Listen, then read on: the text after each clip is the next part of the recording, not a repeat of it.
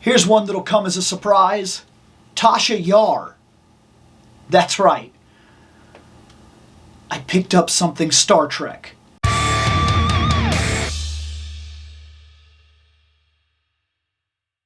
Star Trek is one of my favorite things ever. Like, not an exaggeration, I'm talking ever. I have seen every series of Star Trek. I have watched everything there is to watch that I can think of Star Trek. I am almost always up to date. I will say, I need to get Picard Season 3 out of the way. I have about 6 episodes left of Discovery, and I've yet to watch Section 31. But really, when you're talking about something this big, when you're talking about 40 plus years of legacy, the fact that I've basically watched everything and multiple times, that says a lot. I have a lot of opinions about Star Trek, and I'm absolutely an apologist about a lot of different things when it comes to Star Trek. For the most part, I don't really... It doesn't flash in my mind a Star Trek that I won't watch, a series that I don't like for what it is. And Tasha is part of the original crew of The Next Generation. And I think she's one of the most important characters in the history of Star Trek. All of it. Literally all of it. So listen here. Tasha Yar, a lot of people get mad about how she dies in that series. Okay, I get it. You can take this however you want. You can call this a bad take. You can call this, I've never thought about that. However you want to take this, you take this. I'm going to tell you something right now. Tasha is the most important and the best death in all of Star Trek. All of it. Literally all of it. Yes, I am including things like Spock died. I am including things like Kirk died. I am including things like Data died. She is more important than all of them. And her death was better than all of them. Let me explain. Tasha goes down to a planet. She's there for security purposes. She doesn't play around. We know the kind of character she is. You know that she's abrasive, and you know that she acts first and sometimes asks questions later. And she will very much, how do we put this, force her way through a situation. She was the first to stand up and kick a guard during the very first episode, the Farpoint episode. We know she's the kind of person that she will stand up to an entity and then take the repercussions of what that is when she ends up in the timeout box in the second Q episode.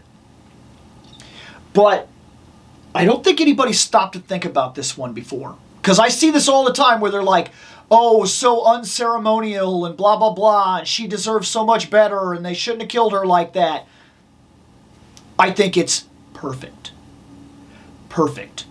How many times has as the joke goes, a red shirt gone down to a planet and got hit randomly by a death ray or some sort of projectile, or had like a weird plant shoot darts at them, or all manner of different things that just takes them out. Just, they're done. Sometimes they're just like, I think I see something in the distance, and then they get hit. And then they die. That's how quickly it can happen. But see, it's always been a joke, because it happens to the no-names. Kirk, Spock, McCoy, and that guy beam down to a planet. Who's not coming back? That guy. We don't even give him a name. I think this is why her death is the best in all of Star Trek. She is a character we know. She is important. She signed up, she understood the dangers, and she became a Starfleet officer. And while everybody always says things like that, we understood the risks signing up. How many main characters ever face those risks? And if they do face those risks, they often get to go out like a hero. They get a big, exciting scene or a last adventure or something like that. Unless you're Dax, I guess. But Tasha is almost on a routine mission. There are people on the ground. She is sent down there to retrieve them. She sees the entity. She knows it's dangerous. She's not oblivious to that. But she also sees where her people are. And she's going there. And when it tries to stop her, she decides, I'm not interested. Those are my people. That's where I'm going. And she goes to basically push past. And it unceremoniously sends a shockwave. Wow. And she's dead. She's dead. She just does a flip, lands on the ground, and it's over. She never speaks, and we never see her alive again. They beam her up to the Enterprise, and they start working on her. How many characters have died, and we just bring them back? How many characters have suffered injuries, but they'll be okay? How many characters have been on the verge of death, but we're not worried, they'll be fine? Over and over and over and over and over again, this is regular. We don't ever watch an episode where we think for even a moment, yep, Scotty's going to die. In fact, there are episodes in the original series where Scotty does die, and the entity that killed him, a robot, if I'm not mistaken, it was Nomad, just brings him back, just repairs the unit. We're not worried. They're main characters. They're gonna make it. She'll be fine. She's not fine. She's not fine. Death happened. It happened swiftly. It happened without forgiveness and without spectacle. And she's gone, and she's not coming back. And I don't think you've stopped to think about this, because I hear this all the time where people are like mad how she got done. I think her death sets the stage for the rest of the next generation and makes the rest of the show that much better. You know why the Locutus thing works? Why that cliffhanger at the end of the Locutus episode works? Because when Picard comes out and says, your lives, as they have been, are now over. From this day forward, you will service us. And Riker says, fire.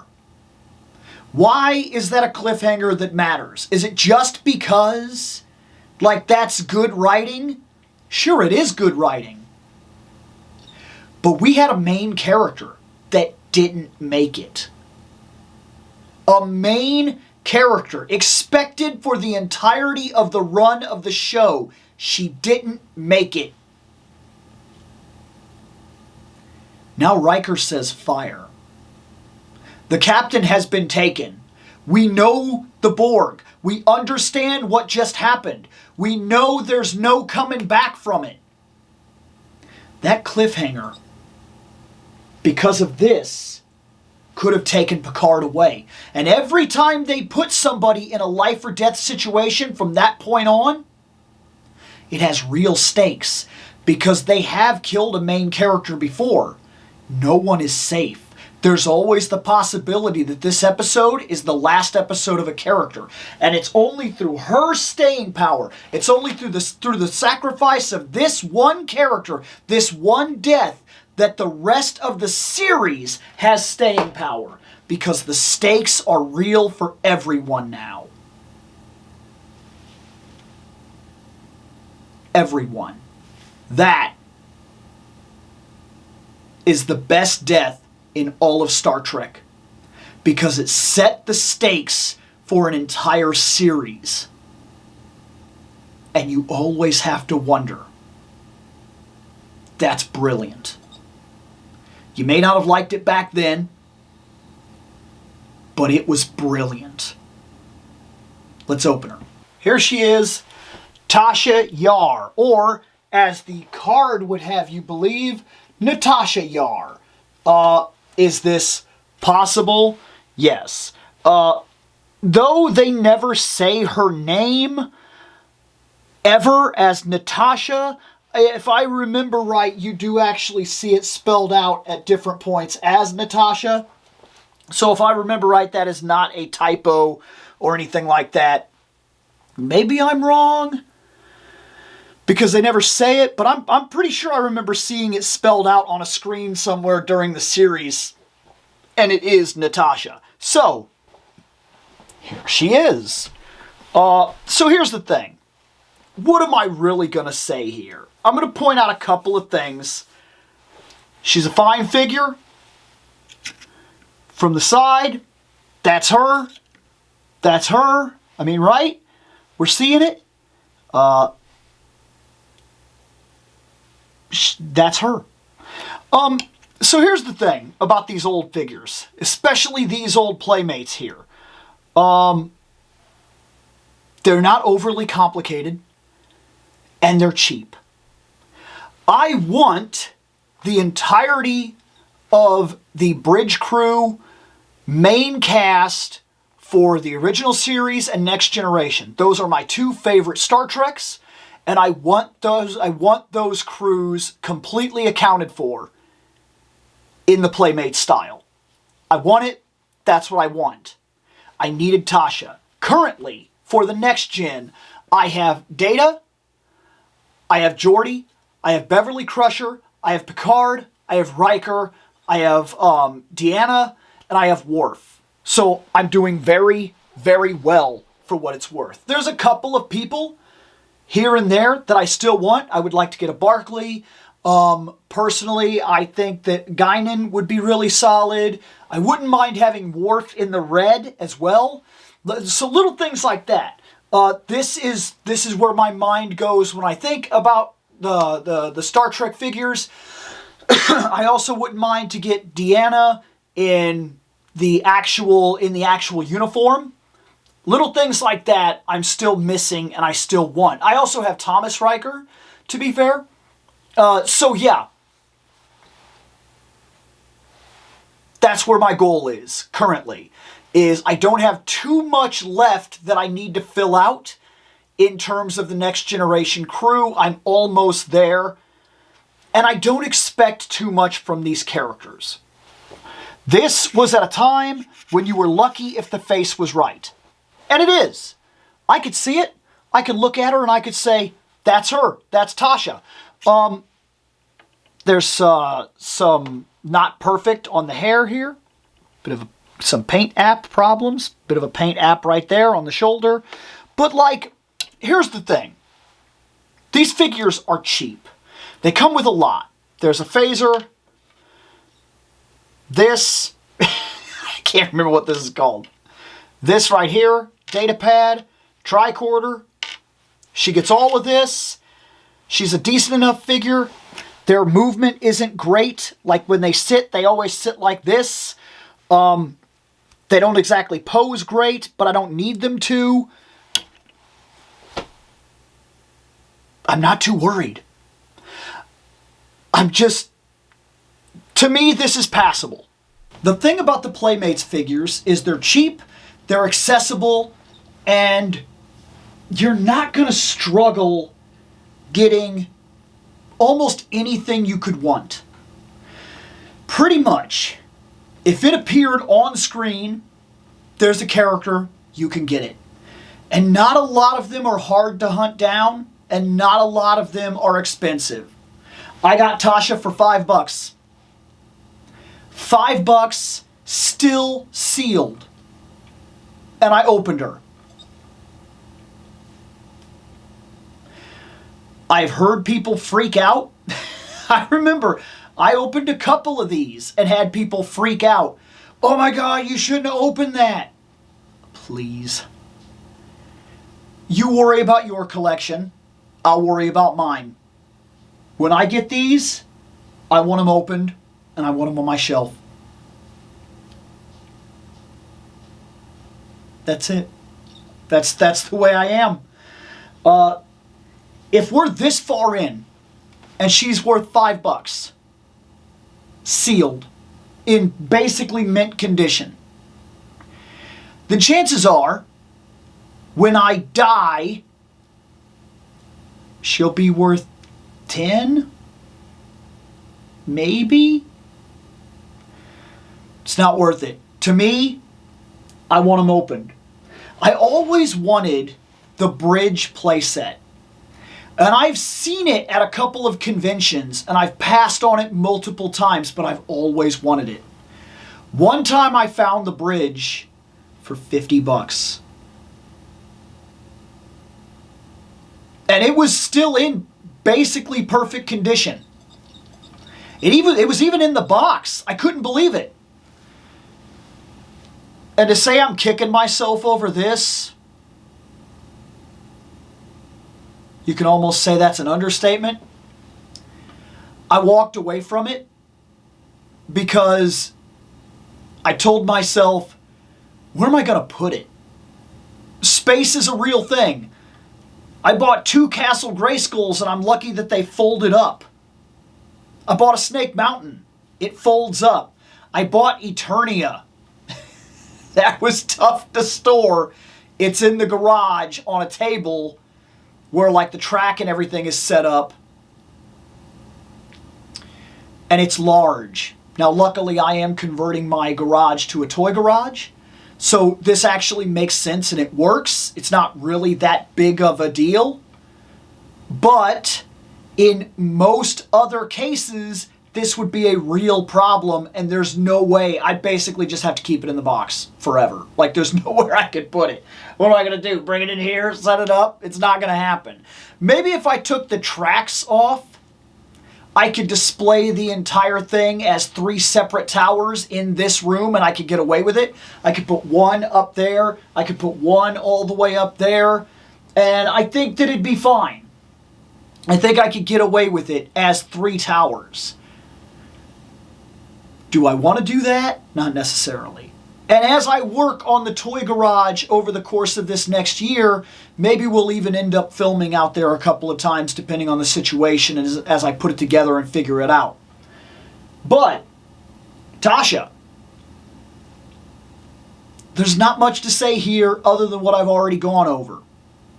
I do believe she's way more important to how Star Trek, especially the next generation, held on to its stakes for so long.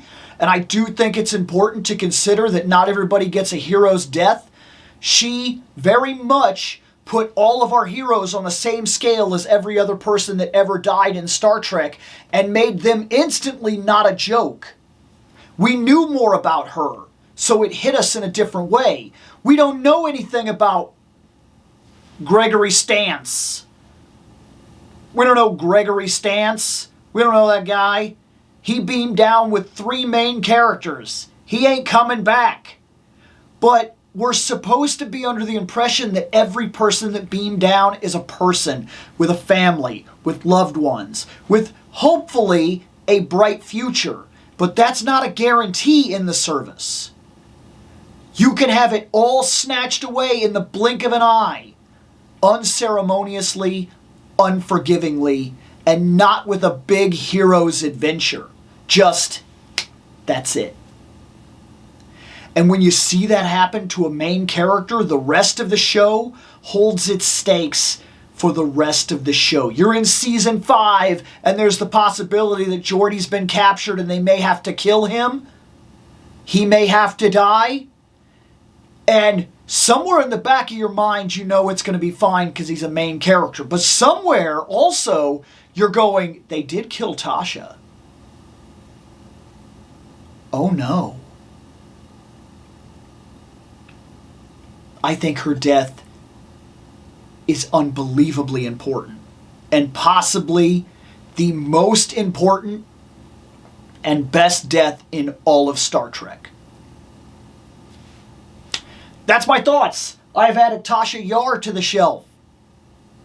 Simple video, but it gave me an excuse to be able to talk about this, and it's not something I get to talk about often, so I was really looking forward to this. Let me know what you think. I'm gonna get out of here.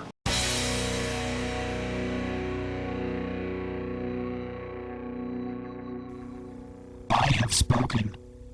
Take what you will from it.